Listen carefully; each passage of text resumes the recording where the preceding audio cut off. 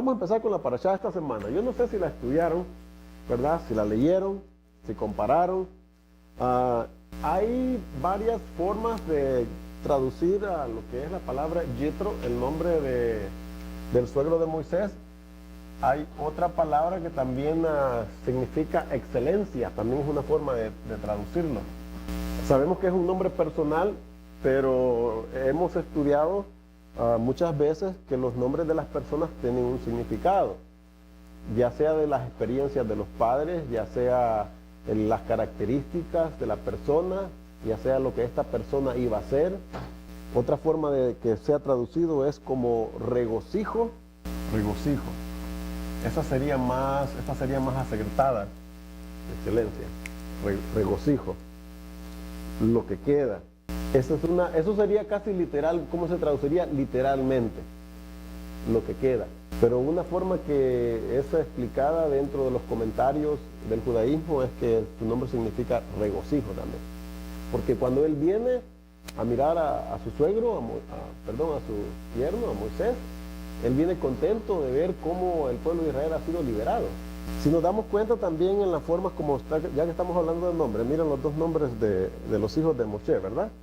Uno se llama Gerson y el otro Eliezer. Y él dice que ¿por qué es? Porque es forastero. ¿Qué es otra palabra que hay para forastero? Extranjero. ¿Dónde está la palabra Gerson ahí? Porque saben que la palabra Gerson viene del hebreo ger. Un ger. Es una persona, esto sería el hebreo. Es una persona lejana, no, ger. Una persona lejana de la tierra en la que están. Ger. Mira aquí, extranjero. Lo mismo sería en inglés, solo le quita la O y es bueno, le tendría que agregar la N. Stranger. En español, ¿verdad? Extranjero. Siempre las palabras, ya sea en nuestro idioma o en otro país, muchas de ellas tienen una raíz de donde se originan. De una u otra forma. Podemos pensar que quizás es casualidad, pero tenemos la palabra, por ejemplo, Biblia. ¿Verdad? Bien sabemos de un vocablo que se conocía en una ciudad que se llamaba Biblos. Por ejemplo, la palabra biblioteca viene de lo mismo. Es un lugar con un conjunto de libros, ¿verdad? Biblia era un lugar donde se usaba el papiro, era una cosa que se encontraba como en los ríos y se juntaba, se comprimía y se podía usar como papel. Notando los nombres de los hijos de Eliezer, ya sabemos lo que quiere decir él, es ser. ¿Se recuerdan cuando una batalla de las que peleó Saúl, de las primeras que peleó Saúl cuando fue Samuel con él, y dijo, hasta aquí nos ayudó Hashem? ¿Sabe cómo le puso a ese lugar? Eben Enezer, porque la palabra Ben significa piedra, fue una piedra donde escribió eso. Ezer, que hasta ahí le había ayudado, de la palabra Ezer es ayuda. Por eso es que aquí está diciendo a Moshe, dice, y el otro se llamaba Eliezer, porque él dijo, el Elohim de mi padre me ayudó. Está dando el significado del nombre, por eso es que le puso así. Ahora, consagración y purificación. Vamos a tratar de ir un poquito más adelante de la parashá de esta semana, que habla de la preparación que el pueblo tenía que tener para presentarse ante el Padre en el monte Sinaí, porque iba a ser dada la Torá. ¿Qué era parte de lo que tenían que hacer para ellos consagrarse, para purificarse? ¿Qué significaba lavar los vestidos? ¿Qué podemos entender de lavar los vestidos? Pero si se va a cambiar de ropa, pues ¿para qué lavarlo? Se pone una limpia. Dentro del judaísmo hay dos interpretaciones, una literal y la otra simbólica. La literal, uno de los rabinos dice, tenían que lavar sus ropas, ¿verdad? Literalmente lavarlas para estar limpios delante de la presencia del Padre. Como cuando nosotros vamos a un lugar, no nos ponemos una ropa sucia, para ir a un lugar donde tenemos que estar presentables, ¿verdad? Vamos con ropa limpia.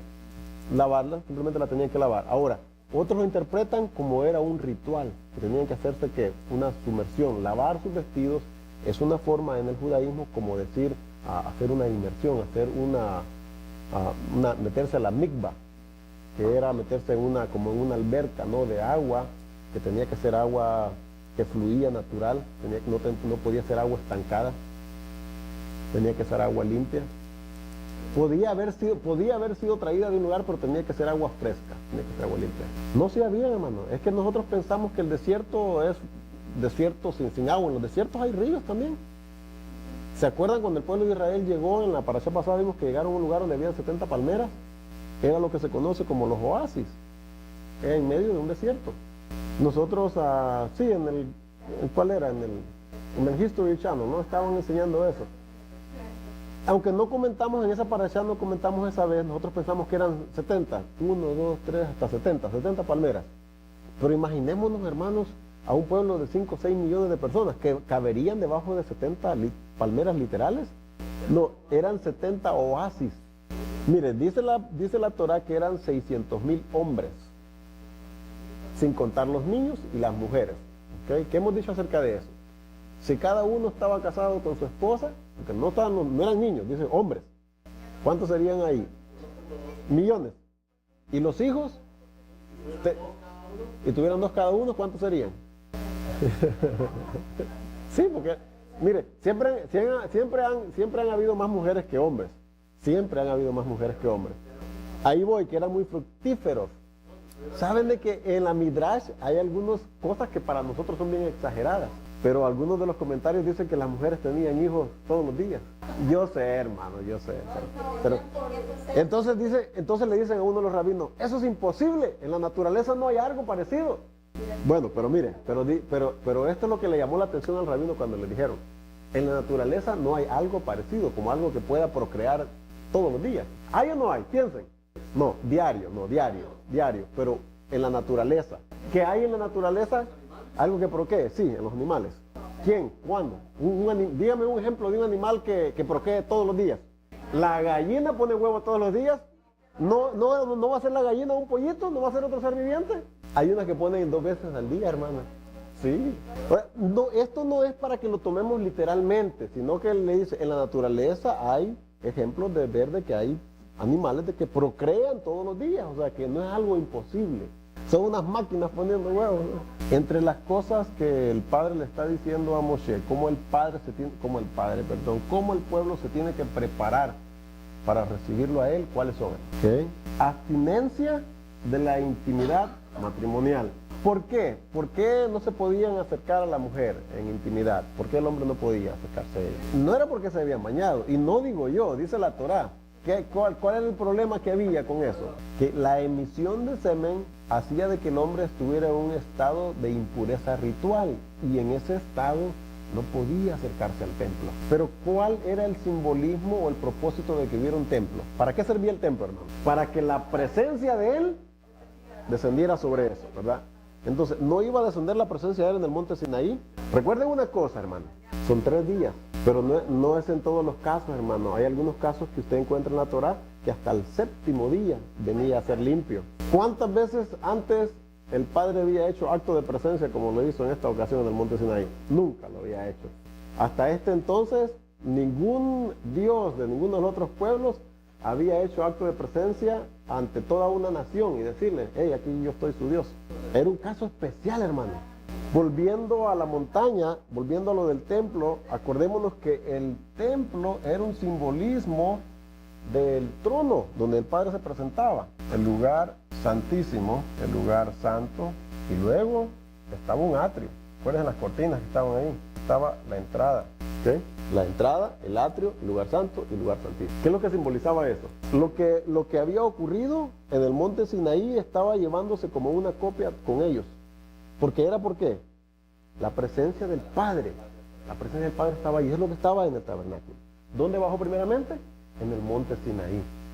Ellos dicen, hay 4 niveles que podemos ver de santidad en el monte, que sucedieron igual como había 4 niveles de santidad. El pueblo no podía solamente de entrar hasta la presencia del Padre. Por eso es que a él les dice, cuídate de que no pasen, le dice, los límites. Tenía que haber límites, ¿sí? Y ellos miran 4 niveles de santidad. Dice, la parte aquí del templo era la orilla de la montaña. Dice, la montaña en sí es lo que es el atrio interior. ¿Okay? Luego descendió una nube en la cual Moisés se introdució, lugar santo. Pero luego la Torá dice que había una nube espesa de la cual salía la voz del Padre. Y esto se mira y se compara con el lugar santísimo. Todo esto está ocurriendo en la montaña. ¿Okay? Pero como después la montaña no se la van llevando con ellos ahí. Y él dice, cuídate de hacer todo lo que te dije conforme al modelo que te fue mostrado. ¿Okay? Porque la presencia de él bajaba aquí, hablaba con el sumo sacerdote. ¿Quiénes podían entrar ahí? Cuando Moshe fue a la presencia del Padre en la montaña, ¿cuántos subieron con él? Subió él solo. Aarón se quedaron en la montaña, él y los ancianos. El pueblo se quedó más atrás. El pueblo estaba aquí, Aarón. Acuérdémonos que en el servicio del templo, ¿quiénes entraban al lugar santo todos los días? Los cojenes regulares, podemos decir, todos los días para oficiar el sacrificio que se hacía aquí en el altar, y después llevaban la sangre y la esparciaban aquí, ¿verdad? Pero aquí solamente una vez al año entraba el sumo sacerdote, que es la representación de Moshe. Él fue el único que subió a la presencia, podemos decir, directa del Padre. Entonces el pueblo estaba aquí, los cojenes estaban aquí, los ancianos, y luego Moshe, todo simbolizado ahí. Ahora, los límites de la montaña, ¿no?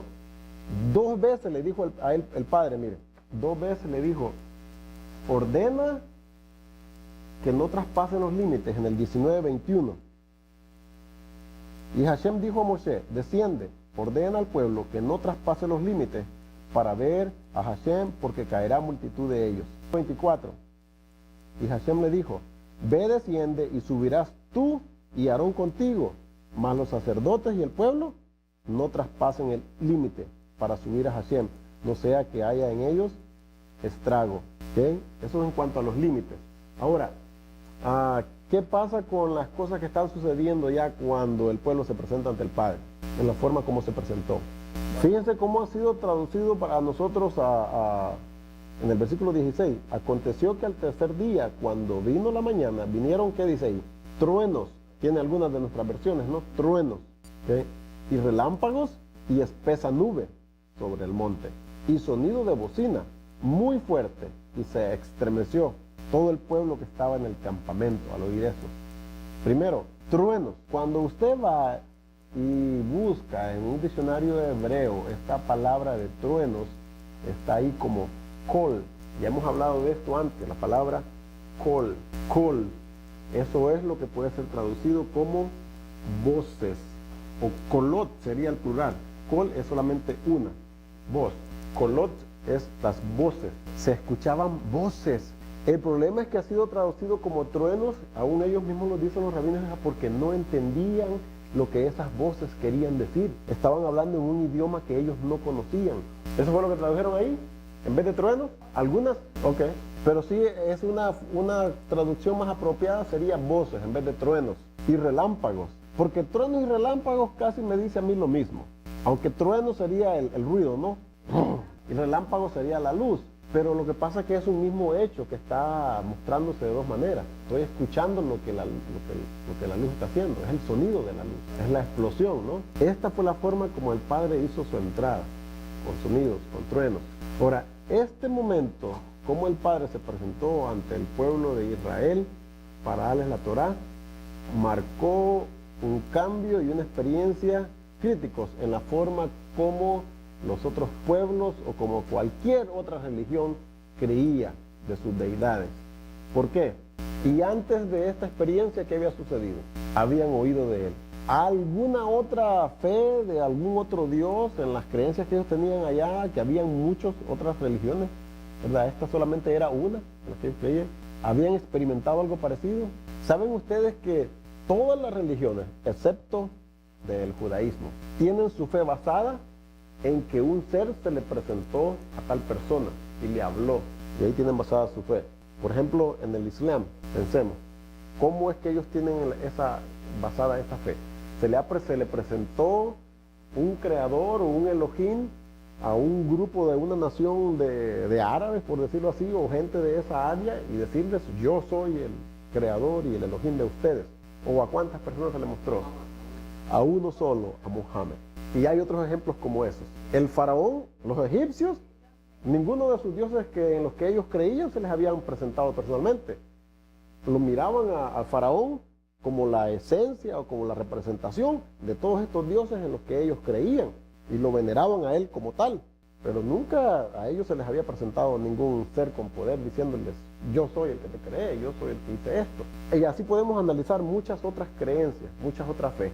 Aún en algunos de los grupos que creen en las mismas escrituras que nosotros tenemos, han habido ciertas, o estos grupos nacieron porque se dice que a tal persona se le mostró una visión, que es el profeta de estos grupos. Nosotros conocemos algunos de ellos. Denme unos ejemplos ustedes.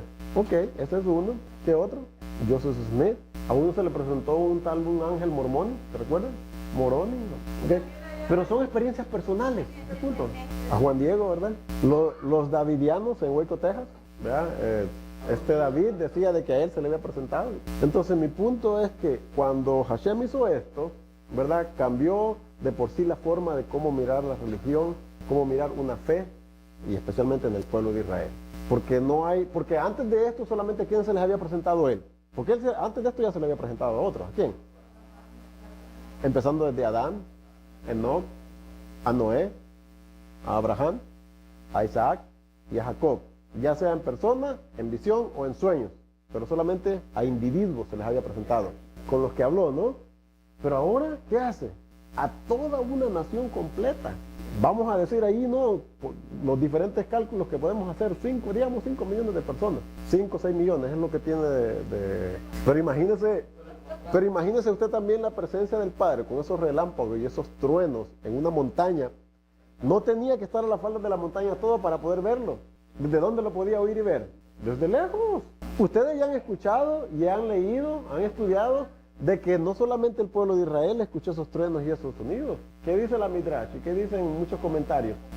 En todo el mundo se escuchó. En todo el mundo se escuchó su voz. Que cuando Hashem habló y dio los mandamientos al pueblo de Israel, lo habló en la lengua de todas las naciones que habían en el mundo, que en ese tiempo se consideraban 70, como dice el Deuteronomio, que los repartió de acuerdo a los hijos de Jacob, que fueron 70. Cada pueblo escuchó los mandamientos en su propio idioma que ellos entendían.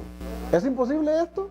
Miren, hermanos, nosotros a veces hemos creído y queremos creer cosas de las cuales no tenemos prueba, que simplemente las aceptamos por fe, ¿verdad?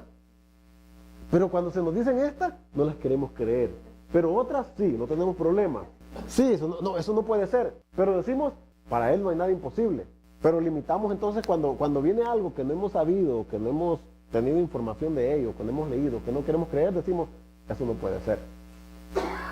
Entonces nosotros siempre queremos decidir qué creo y qué no creo. ¿Se fija cómo volvemos a lo mismo? Recibimos lo que nos gusta, recibimos lo que me conviene, recibimos lo que se puede adaptar a lo que yo ya creo. Pero si no queda en mi teología, lo rechazo. Así hacemos. Si no queda en lo que yo siempre he creído, lo rechazo. Ahora, vamos a seguir. Ya no es más de lo que yo, desde ese momento en adelante, de que el Padre se le presentó a todo el pueblo de Israel, ya no es lo que yo creo como es Él, sino como Él se presentó y como Él dice que Él es. Había un dicho que decía, lo que tú creas es verdad para ti. Lo que tú creas es verdad para ti. Yo creo, pues uno, que Dios es así, dice la gente, como que Él es de esta forma. Desde este momento en adelante, ya no había lugar para especulaciones. ¿Sí? Entendemos qué quiere decir eso, ¿verdad? Él mismo declaró cómo Él es. ¿Cómo lo dijo? ¿Con qué palabras lo dijo, hermano? Viene, se le presenta al pueblo y le dice cómo le dice. Capítulo 20. Y habló Elohim todas estas palabras diciendo, Anohi, Hashem, Eloheija. Yo soy tu Elohim, tu Elohim. Porque esa es la palabra que ellos entendían, un Dios. Pero yo, con este nombre, yo soy el tuyo. Porque los otros pueblos tenían otros, pero el tuyo soy yo. Ok, miren lo que está diciendo en el verso, miren lo que está diciendo en el verso 3. No tendrás dioses. ¿Eso es plural o singular? No tendrás dioses, plural. ¿Qué está diciendo eso? Que no hay varios, que tú no tienes varios, tienes uno. Y eso lo dice la Shema, en la cual nosotros creemos. Hashem, tu Elohim, Hashem, uno es. Recordemos que la palabra Elohim es como ellos entienden a un ser con poder. Aunque la palabra es plural, no podemos pensar de que hay varios Elohimes. Ahora, nosotros hemos estudiado y ya conocemos, hemos analizado mucho la palabra Elohim, aunque es plural, que es un el singular sería él, ¿verdad? Solamente uno. Existen Elohines, dioses. ¿Qué es el entendimiento que tenemos de la palabra un el o Elohines? Seres exaltados, ¿qué más? Seres con poder, seres con autoridad, ¿con qué más? Con conocimiento, con sabiduría, ¿qué más? Con jerarquía, con superioridad, con poderes. Eso era lo que eran esos Elohines. Porque créanme, los Elohines en los que creía el pueblo de Egipto, sí tenían poderes esos. ¿Cómo cree que ellos hacían las magias y los trucos que hacían? Tenían poder, pero era diferente a uno todopoderoso, que podía más que ellos. Quiero llegar a una cosa, porque vamos a atacar este pensamiento, por decirlo, no atacar en forma negativa, sino vamos a hacer la entrada a esto que hemos creído, vamos a saco, dijimos mañana. No, hay otros seres exaltados, hermano, hay otros seres exaltados, eso es lo que quiere decir la palabra él, un ser exaltado. Sí, y estos eran nombres de arcángeles. En los shamayines esos nombres ya existían, fueron tomados aquí, porque recordemos, las dimensiones, las autoridades en los shamayín, de una forma u otra, han venido emanando a niveles más bajos. Volvemos a lo mismo, nosotros sabemos que hemos existido antes, ¿no? Lo que quiero que analicemos es que le está diciendo, yo soy Hashem, dice, yo soy tu Elohim. Y creemos nosotros en la declaración que está en Deuteronomio, en la Shema, ¿okay? Que dice que uno es. Ahora, ¿qué pasa entonces? Vayan a Juan. ¿Qué pasa con Juan capítulo 10 y 30? ¿Cómo lo hemos querido creer? Capítulo 10, versículo 30. Yohanan, capítulo 10. Ya la conocemos, ¿verdad? Yo y el Padre, uno somos. ¿Cómo se ha entendido siempre esto? Que Yeshua, no es así como lo hemos entendido. Que Yeshua y el Padre son la misma persona. Así es como se ha entendido siempre eso, ¿sí o no? Hermanos, en la cristiandad esto es lo que se cree. Y así lo ha creído usted siempre. No digamos que no, porque así lo hemos entendido. Que Yeshua es Dios, ¿sí o no? Así se ha creído siempre. Por eso, entonces, pero si es Dios, y entonces ¿qué pasa con el Padre? Es otro Dios. Entonces, ¿cuántos hay ahora? Ya hay dos dioses. Pero dice la palabra que Hashem uno es. ¿Cómo tenemos que entender entonces cuando Yeshua dice, yo y el Padre uno somos? ¿Ok? Esa sería la explicación más fácil de aceptar, ¿verdad? Pero ahora ya me los está usted partiendo en dos, pero si son solo uno, hemos querido creer que es uno solo. Ahora ya me está haciendo dos. Miren, vamos a analizar Juan 17 ahora. Vamos a analizar Juan 17. Vamos a empezar con el verso, vamos a empezar desde el 1, con el capítulo 17. Lo vamos a ir deteniendo ahí poco a poco. Vamos a analizar esto. ¿Estamos listos? 17. Ok, vamos a leer. Estas cosas habló Yeshua levantando los ojos al cielo y dijo, Padre, la hora ha llegado. Glorifica a tu Hijo. ¿Cuántos tenemos ahí? Uno. Padre, Hijo, ¿ok? Para que también tu Hijo te glorifique ¿a quién? A ti. ¿De cuántas personas está hablando Yeshua? ¿De dos o uno? ¿O yo estoy loco o no entiendo lo que estoy leyendo? ¿Ok? Dice que está hablando de dos personas, ¿verdad? Como les has dado potestad sobre toda carne, para que dé vida eterna a todos los que les diste. Y esta es la vida eterna, que te conozcan ¿a quién? A ti, el Padre, uno. El único Elohim verdadero. ¿Y a quién? Y a Yeshua Mashiach, a quien tú has enviado. Entonces, hay alguien aquí enviando a alguien. Pero si es el mismo que está diciendo Yeshua, si él es también el Padre. Él solito llegó, él solo se envió. ¿Hay tal cosa? Dice, yo te he glorificado en la tierra, yo he dado esplendor, te he dado honor a ti en la tierra. He acabado la obra que me diste, que me hiciera. Sigue hablando él en una segunda persona. ¿Ok? Ahora pues, Padre, fíjese, está dirigiendo a él. Glorifícame tú al lado tuyo, porque él iba a subir. Recordemos que cuando Esteban vio la visión, dice que aquí los cielos están abiertos y veo a Yeshua sentado a la diestra del Padre, dijo. ¿Okay? Con aquel esplendor que tuve contigo. O sea, antes de que Yeshua viniera a esta tierra, ¿a dónde había estado? Con el Padre. ¿A dónde? Al lado de él. No era la misma persona. Dice que antes de venir aquí, estaba al lado de él. Dice, he manifestado tu nombre. Pero si ya lo conocemos, es Yeshua Mashiach, ¿verdad? Si vamos a decir que él es el mismo. A los hombres que del mundo me distes, tuyos eran y me los distes. Sigue hablando segunda persona. Y han guardado tu palabra. Ahora han conocido que todas las cosas que me has dado proceden ¿de quién? De ti. No procedían de Yeshua mismo. Proceden de ti, le está diciendo. ¿Ok? Sigue diciendo, porque las palabras que me distes les he dado. Y ellos las recibieron y han conocido verdaderamente que salí de ti. Ok, pues ya ven, es el mismo, salió de él. Y han creído que tú me enviaste. Otra vez me vuelvo a meter en problemas. Pues ¿quién envió a quién? Yo ruego por ellos, no ruego por el mundo, sino por los que me diste. Dos personas ahí, porque tuyos son, ¿no son de Yeshua? ¿De quién son? Son del Padre. Y todo lo mío es tuyo, y lo tuyo es mío, y he sido glorificado en ellos. Falta todo el capítulo, miren. Y ya no estoy en el mundo, mas todos estos están en el mundo. Ahora, y yo voy a ti, Padre, yo voy a ti. Pero si Él es el Padre, está ahorita en la tierra, ¿a quién va? Bueno, ahí dice que va al Padre, pero y ahí me hacen dos, ya no me hace uno. Es un diálogo, está hablando Él con alguien que está allá. Pero si yo voy a decir que es el mismo, o si yo voy a decir que se parte en dos, ¿verdad? ¿Podríamos decir eso o no? Sí, pero es que es Dios Padre, Dios Hijo y Dios Espíritu. Ahí son tres dioses, hermano, no hay uno, ahí son tres dioses. Amén. Si sabemos la matemática básica, 1 más 1 son 2, más 1 son 3. La Trinidad, ¿verdad? Ahora, vamos a seguir leyendo, miren. Yo voy a ti, Padre Santo. A los que me has dado, guárdalos en tu nombre, para que sean uno, así como nosotros somos uno. ¿Okay? Vamos a detenernos ahí. Fíjense, ahí vamos a detenernos, ¿ok? Él dice, si esto es así, ¿no? Que estas dos personas, Yeshua y el Padre, son uno, ¿verdad? Entonces, ¿ahora qué está diciendo? Que a las personas por las cuales está orando, sus discípulos, que también ellos lleguen a ser uno. Entonces quiere decir que usted, quiere decir que usted y yo nos podemos ahora unir y ser ya también somos dioses. Somos el Padre. Vamos a ser solo uno. Si le voy a aplicar ese entendimiento, pues no puedo pasar esto por alto. Entonces yo soy Dios. Sí, vosotros sois Elohines. Sí, pero volvemos a lo mismo. Ya entendemos el significado de la palabra Elohim. Un ser exaltado, un ser con poder. Pero aquí estamos hablando de un Padre, Elohim de todos, el único, Elohim verdadero. Estamos hablando cuando decimos el único que tiene ese poder, el único poder que tiene poder que creador sobre su creación. Entonces, para que sean uno, así como nosotros somos uno, ¿ok? Entonces no puede ser uno. No podemos nosotros llegar a ser uno con el Padre y pensar, ¿ya ves? Vamos a seguir leyendo. Cuando estaba con ellos en el mundo, está hablando de Yeshua cuando estaba en la carne, ¿eh? Yo los guardaba en tu nombre, a los que me diste. Yo los guardé y ninguno de ellos se perdió, sino el hijo de perdición, para que la escritura se cumpliese. Pero ahora, ¿qué dice? Voy a ti. Va a alguien, ¿verdad? Porque no dice, ahora ya me voy a ti.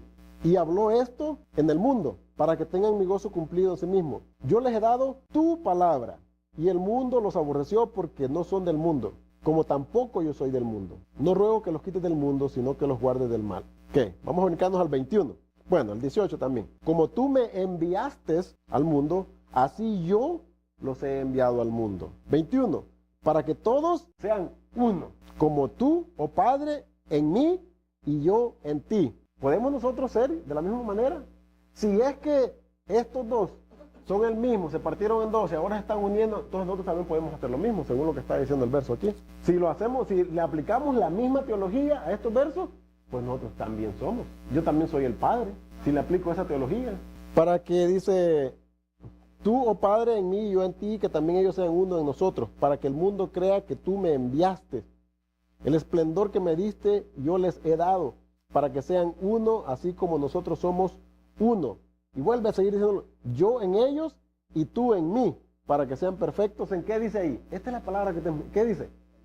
En unidad. De esto es lo que está hablando Yeshua. De unidad. No está hablando que son la misma cosa. Para que seamos uno en unidad. O sea, que tienen el mismo propósito, que tienen los mismos planes. Porque el plan de redención es uno, no son varios planes de redenciones. Unidad, es que eso es lo que quiere decir la palabra ejad, unidad. O sea, que tiene el mismo corazón, que tiene las mismas emociones, que tiene el mismo deseo, los mismos pensamientos. ¿Por qué? ¿No decimos que los hijos reflejan como son los padres? ¿No salen los hijos parecidos a los... Mira la misma cara del papá, la misma cara de la mamá? Pero son la misma persona o son dos personas diferentes. Pero refleja lo que es el Padre. Hasta el mismo caminado tiene. Sí tenemos eso, hermana. Y eso es lo que el Padre quiere restaurar.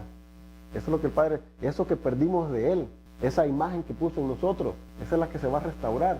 Pero no somos uno, así como se quiere poner en la teología, que es la misma persona, porque no hace nada de eso hace sentido con todo lo que Yeshua ha estado diciendo aquí en esta oración, si es la misma persona. Y sigue diciendo ahí, para que aquellos que me has dado, quiero que donde yo estoy, también ellos estén conmigo. Ahora, Yeshua partió, ¿no? Los discípulos estaban en el mismo lugar donde estaba Yeshua. ¿A dónde subió Yeshua? A la presencia del Padre. ¿Se llevó a los discípulos con él? Entonces, ¿de qué está hablando? Recuérdense que les dijo, les voy a enviar un consolador. Y él les va a hacer saber todas las cosas. Él les iba a explicar, él les iba a dar que tuvieran discernimiento. Ahora le dice, para que vean mi esplendor que me has dado, porque me has amado desde antes de la fundación del mundo. Padre justo, el mundo no te ha conocido, pero yo te he conocido, y estos han conocido que tú me enviaste, y les he dado a conocer tu nombre, y lo daré a conocer aún, para que el amor con que me has amado esté en ellos, y yo en ellos. Ahora, en el mismo capítulo en el mismo libro de Juan, el himno nacional que teníamos antes, Juan 3:16, ¿se recuerdan del himno nacional? Juan 3:16, ¿qué dice? ¿Por qué no mejor entonces debería decir? Porque de tal manera amé yo al mundo, que me envié a mí mismo, para que todo aquel que en mí crea, no se pierda, mas tenga vida eterna. ¿No debería decir mejor así? Si creemos que él mismo el Padre, de tal manera, Elohim, o sea, el Padre, está hablando aquí el Padre, amó al mundo, que envió a su Hijo. Está hablando de dos personas, hermano, no está hablando de una sola. Proverbios capítulo 34, creo que es, ¿no? ¿No se lo sabe? Proverbios capítulo 30. ¿Quién subió al cielo? Verso 4. ¿Quién subió a los Shamayín y descendió? ¿Quién encerró los vientos en sus puños? ¿Quién ató las aguas en un paño? ¿Quién afirmó todos los términos de la tierra? ¿Cuál es su nombre? Y el nombre de su hijo. ¿Sabes? ¿Qué está diciendo aquí Salomón, que escribió los Salmos, no? Proverbios capítulo 30, versículo 4.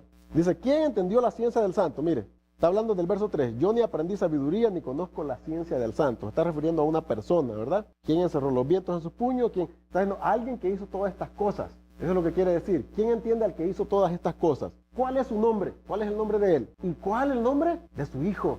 Ahí me da dos ya. El que hizo todas estas cosas y el nombre de su hijo, que es Yeshua. ¿Verdad? Pero acuérdense, en los Shamayín no se le conoce como Yeshua, hermano. Se le conoció como Yeshua aquí en la tierra. Porque era, acordémonos, los nombres significan las características de la persona o lo que la persona va a hacer. O cuál es el plan. Y allá él no estaba haciendo eso. Yeshua significa ¿qué, hermano? Salva, bendito sea su nombre. Porque lo iba a hacer a través de ¿quién? De su hijo iba a salvar. Él iba a morir como un goel, como un redentor. Como alguien que iba a pagar la deuda que usted debía. Ya, Shua, la palabra Shua es salvación. Porque eso era lo que él iba a hacer. Por eso él llevaba ese nombre aquí en esta tierra. Pero en los Shamayín no se le conoce con ese nombre, hermano. Mire, les voy a decir, ustedes ya conocen esto. Siempre hablando del tema que estamos hablando, que el Padre y el Hijo no son la misma persona. Que Yeshua y el Padre no pueden ser el mismo de acuerdo a lo que las escrituras aquí me están diciendo. ¿Okay? El Salmo 110, ustedes lo conocen. 101. 110, 1.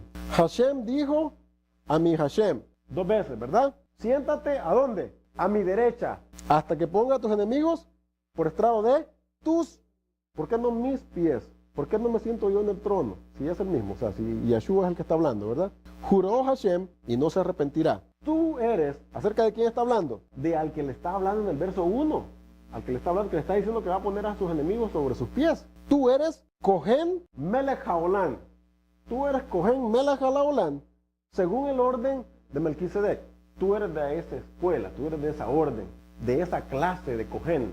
Dice, y Hashem, a tu diestra, quebrantará a los reyes en el día de su ira, juzgará entre las naciones, las llenará de cadáveres, quebrantará las cabezas en muchas tierras, del arroyo beberá en el camino, por lo cual levantará la cabeza. ¿Qué está hablando aquí? De que va a hacer juicio cuando envía a su hijo a gobernar sobre las naciones, lo que dice el Salmo capítulo 2, ya lo conocemos, ¿verdad? Que los va a quebrantar y los va a regir con vara de hierro. Entonces, ¿por qué hemos querido creer entonces siempre de que es la misma persona, de que Yeshua es el Padre, que Yeshua es, así nos enseñaron, pero no contradice esto lo que todas las demás escrituras están hablando? ¿Sabe por qué estoy hablando de esto, hermano? Porque los mandamientos están señalando de que hay un solo Elohim creador, uno solo, al cual debemos honor, respeto, obediencia, exaltación, porque Él es el creador de todas las cosas. Cuando nosotros subimos a Yeshua al nivel del Padre, como un Elohim, como es el Padre, como un ser creador, estamos haciéndolo otro Dios. Ya no hay uno, entonces ahora hay dos dioses. Este es el problema que tienen nuestros hermanos con aceptar lo que nosotros creemos acerca de Yeshua, la forma como siempre se ha creído en él. Porque ellos lo miran, ¿saben cómo lo miran? Como idolatría. Porque dice el mandamiento es bien claro: no tendrás dioses ajenos delante de mí. No, hermana, usted ora al Padre en el nombre de Yeshua, por los méritos de Él. Él es nuestro Redentor, Él es nuestro caudillo, Él es nuestro Mesías, Él es el que vino a rescatarnos. Él tiene su propio, por decirlo así, Él tiene su propia gloria, Él tiene sus propios méritos. Él es un ser exaltado, Él es un ser divino, pero no debemos de confundir su naturaleza haciéndolo igual a la del Padre. Porque acordémonos, en Isaías dice que yo no voy a compartir mi esplendor con nadie, porque nuestros hijos nos pueden representar a nosotros, pero ellos no son nosotros, nos pueden representar. Un padre puede enviar a un hijo en representación de él: ¿sabes qué, hijo? Yo no puedo ir a esto, pero ve tú. Es como que si tú estuvieras ahí. No hacen eso no es ese el propósito y el sistema que tienen los presidentes en los países, enviar embajadores. ¿Qué es lo que va a hacer el embajador? Va en representación del presidente, pero no es el presidente mismo, pero cualquier orden que él lleva se tiene que escuchar como que si fuera el presidente mismo. Entonces todo lo que Yeshua ha enseñado y lo que hemos aprendido de él, nosotros tomamos esas palabras porque sabemos que dice él: tú me diste mandamientos, tú me diste esas palabras. Y él no podía contradecir nada de lo que ya estaba escrito. Lo que yo he enseñado, lo que yo he venido a compartir con mis hermanos, con tu pueblo, lo aprendí y lo sé porque tú me lo diste. Pero no, volvemos a decir que Él tiene su propia gloria, Él tiene su propio esplendor, Él tiene sus propios méritos. Y sí, hermana, usted le puede cantar a Él. No estamos diciendo eso. No le podemos quitar sus méritos. Él hizo lo que ningún otro ser en los chamaín podía hacer o ha hecho. Él mismo, sabemos que Él mismo se ofreció, dijo: yo voy. No podemos hacer eso tampoco. ¿Qué dice Él? Nadie viene al Padre si no es por mí. Pero si Él es el mismo, ¿por qué dice eso? Yo soy el camino para llegar ¿a dónde? Al Padre, la verdad y la vida, porque es a través de Él, en el nombre de Yeshua. Porque es por los méritos de Él que nosotros hemos sido perdonados y vamos a tener salvación. Sí, pero hermano, eso no lo podemos tomar literalmente. Hay muchas formas de hablar en las Escrituras. Y esa es una forma, es lo que es una hipérbole, es una comparación. ¿Sabe qué es una hipérbole, verdad? Una vez que ustedes estudiaron gramática en la escuela. Es como cuando usted dice: tengo tanta hambre que me comería una vaca entera. Vea que es una expresión y la entendemos. ¿Y por qué la hacemos tan difícil entonces con otras cosas de la escritura? Hipérbole. No sé, pues se me vino a la mente, pero es una forma de comparar cosas. Es como cuando Juan dice: y Yeshua hizo tantas otras cosas, dice, que si se pudieran escribir, dice, no existiera suficiente, dice, ¿qué? Los libros que habían de escribirse. Es una forma de comparación. Es una forma de tratar de expresar de que Él hizo muchísimas más cosas, pero que se nos escribió lo necesario, lo que necesitamos saber. No podía escribirse todo desde que Él nació, porque obviamente su infancia no la tenemos, ¿verdad? Aunque hay unos libros por ahí que hablan de la infancia de Él y los milagros que hacía, ¿verdad? Así, salían palomitas. ¿Han visto las películas, verdad? Y que curaba. Y no estamos diciendo que eso no es posible. Él podía haber hecho eso. Pero hay muchas cosas que ya las deberíamos de entender mejor, hermano. Hay ciertas cosas que ya está la luz aquí. No debemos de esperar llegar al milenio para tener la luz de esas cosas. Ya están aquí ya. En el milenio van a venir cosas que ahorita usted ni se imagina. Acuérdense que los profetas dice, hay cosas, ¿no? Y en los escritos del Brit Hadashah dice, cosas que dice que no subió a la mente, y cosas que no subió al corazón humano, que oído no oyó, que ojo no vio, son las que el Padre tiene preparadas para aquellas que le aman. Espérese hasta esa fecha para conocer las cosas que usted quiere. Pero acordémonos que muchas de esas cosas son profecías que no se han cumplido. Y ya nosotros hemos estado conociendo muchas cosas, hermanos, que antes no conocíamos. Ya hemos conocido muchas cosas que supuestamente eran secretas, que antes no entendíamos. Todo lo puedo, menos guardar los mandamientos, ¿verdad? Fíjense, cuando el Padre vino a presentarse ante toda la nación, ante todo Israel, no vino a darles un memorando con teología, no vino a darles un diagrama: mira, yo soy así y así está formado mi elenco de otros dioses allá en los Shamayim, ¿verdad? Él vino a decir, así soy yo. ¿En qué forma vino a decir, así soy yo? ¿En qué forma lo dijo? Porque Él vino a presentarse. Este soy yo. Porque antes ustedes no me conocían. Yo soy Hashem tu Elohim. Yo soy tu creador. Vino a presentarse. Yo soy el que te formé. Tú antes no me conocías. Pero permíteme presentarme. En otras palabras, ¿no? Permíteme presentarme. Porque tú no me conocías ni me entendías antes. ¿Cómo Él se presenta? ¿En qué forma lo hace? Cuando uno se le presenta a una persona para conocerla, ¿no? No llegas a conocerla hasta que tienes, platicas con ella, compartes tiempo con ella. Entonces, el pueblo no conocía cómo era este Elohim en el cual ellos querían creer y creyeron. Y dijeron, todo lo que Él diga vamos a hacer. No hay problema. ¿Cómo se da a conocer Él? ¿Cómo da a conocer su carácter? ¿Cómo da a ser su forma, cómo Él es? A través de sus mandamientos es que es como Él se da a conocer. ¿Okay? Los mandamientos fueron dados con ese propósito de dar a conocer lo que no se conocía del Padre, con revelar su carácter. Son, podemos decir así, pedazos de santidad cada mandamiento. Son las reflexiones del dador de la Torá. ¿Por qué? Recordemos qué es lo que dice Yeshua. Miren lo que dice Yeshua. Aquí es nada. Vayan a Mateo 12:34. Díganme lo que digo. Mateo 12:34. Sigan leyendo, no se quede ahí, hermano. Sigan leyendo. ¿Cómo pueden ustedes hablar lo bueno siendo ustedes malos? En eso es lo que nos queremos enfocar. Él dice, de la abundancia del corazón habla la boca. ¿Okay? Entonces, ¿qué viene el Padre a hacer cuando se presenta al monte Sinaí? A hablar y decir, esto es lo que yo quiero que ustedes hagan. Así quiero que ustedes se comporten. Está hablando de su corazón. ¿Por qué? Porque así soy yo. No dice, sed perfectos como vuestro Padre que está en los cielos es perfecto. ¿Y cómo alcanzamos la perfección? A través de la observancia de los mandamientos es como alcanzamos la perfección. Pero si decimos que no los podemos guardar, entonces ¿cuándo vamos a alcanzar esa perfección? Nosotros ¿saben cómo queremos nosotros alcanzar esa perfección? ¿Saben cómo la queremos alcanzar? No, nosotros, ¿cómo sabe cómo la queremos alcanzar? ¿Cuál es la forma más fácil de alcanzar la perfección? ¿Qué es lo que decimos? Dice, cuando venga Jesús otra vez, entonces se va a acabar el pecado y entonces yo voy a ser perfecto. Ahorita yo soy malo, yo no puedo cumplir mandamientos y como yo sé que no puedo cumplir mandamientos, ¿para qué me preocupo por querer guardarlos? Cuando Él venga, me va a hacer perfecto. Entonces, ¿qué es lo que estamos diciendo? ¿Cómo queremos alcanzar perfección? ¿Y eso qué me dice, hermano? ¡Ping! Te voy a hacer perfecto. ¡Ping! Te voy a hacer perfecto. ¡Ping! Ya te hice perfecto. A ti todavía no, espérate. ¡Ping!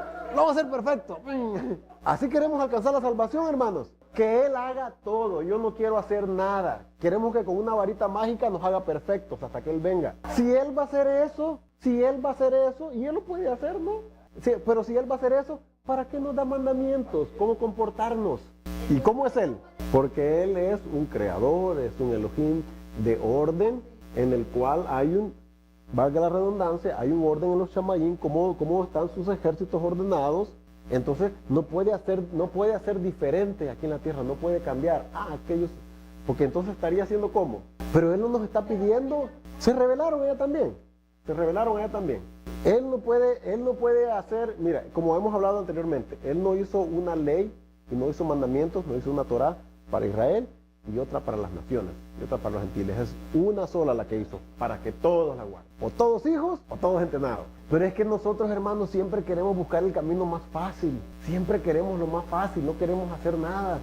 Necesitamos mejorar. Y lo único que nos va a hacer mejorar es la observancia de los mandamientos. Porque ese es el carácter del Padre y Él quiere que seamos como Él.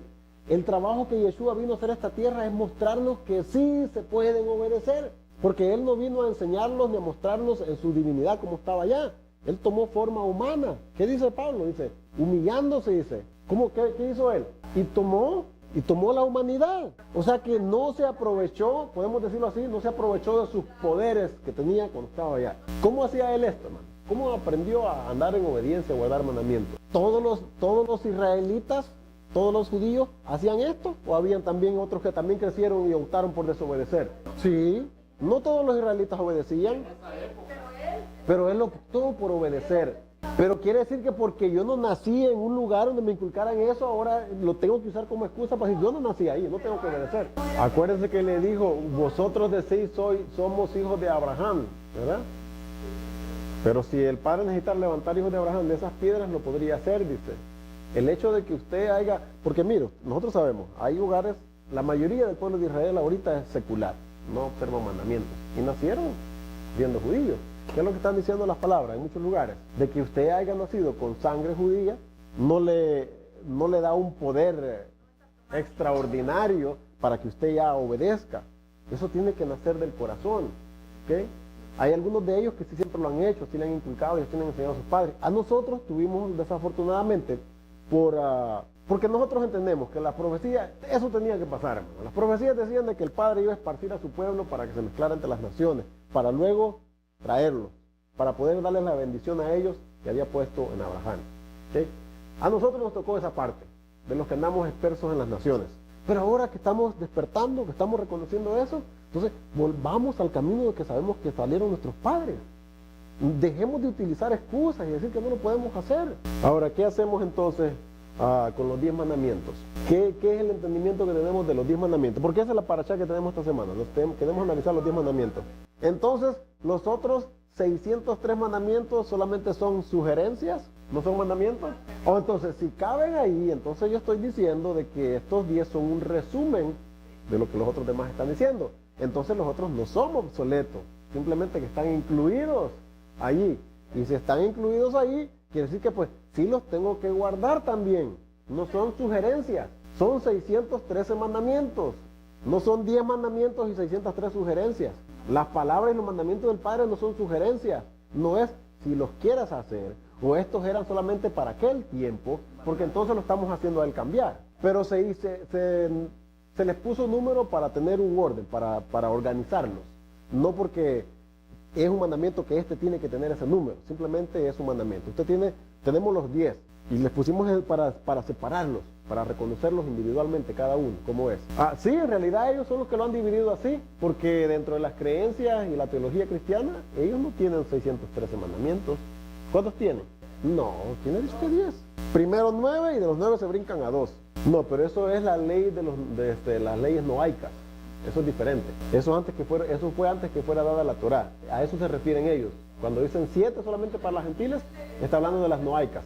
Entonces, 10 son válidos, dicen, pero los demás ya están obsoletos. ¿Okay? O sea, ya pasaron de uso, ya están obsoletos. Si ese es mi entendimiento de que todos los demás mandamientos están obsoletos y solo hay que guardar 10, entonces, ¿qué hago con los mandamientos que prohíben el homosexualismo? ¿Qué hago con los mandamientos que prohíbe la bestialidad? O sea, no ayuntarse con bestia, al hombre y a la mujer.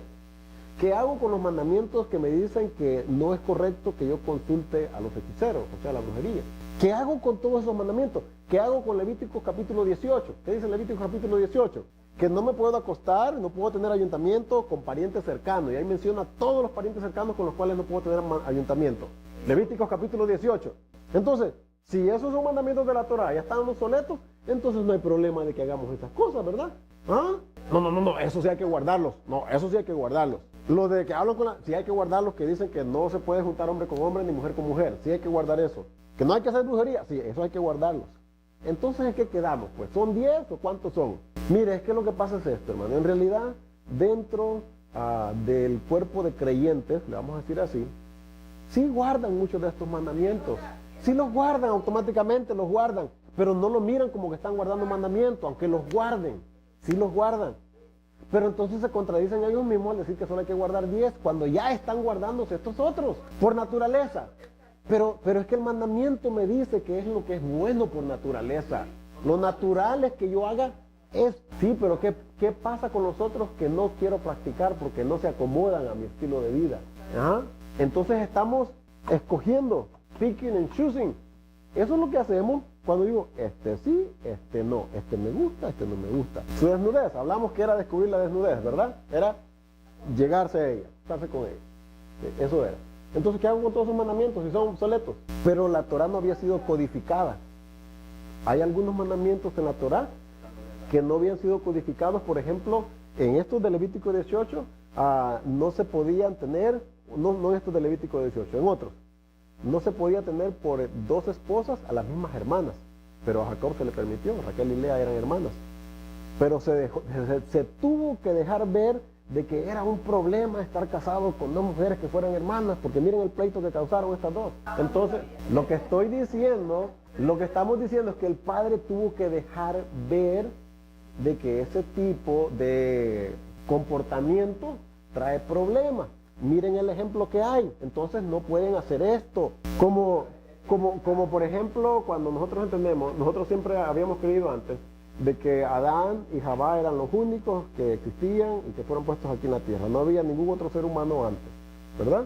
Entonces, y aunque no se habla de que Adán y Eva, por lo menos por nombre, no se conocen. Tuvo esta hija y se llamaba Julana de Tal. Se habla de quién, de Caín, de Abel y de Enot y de Set. Pero más adelante sí hay uno que dice, y tuvieron hijos y tuvieron hijas.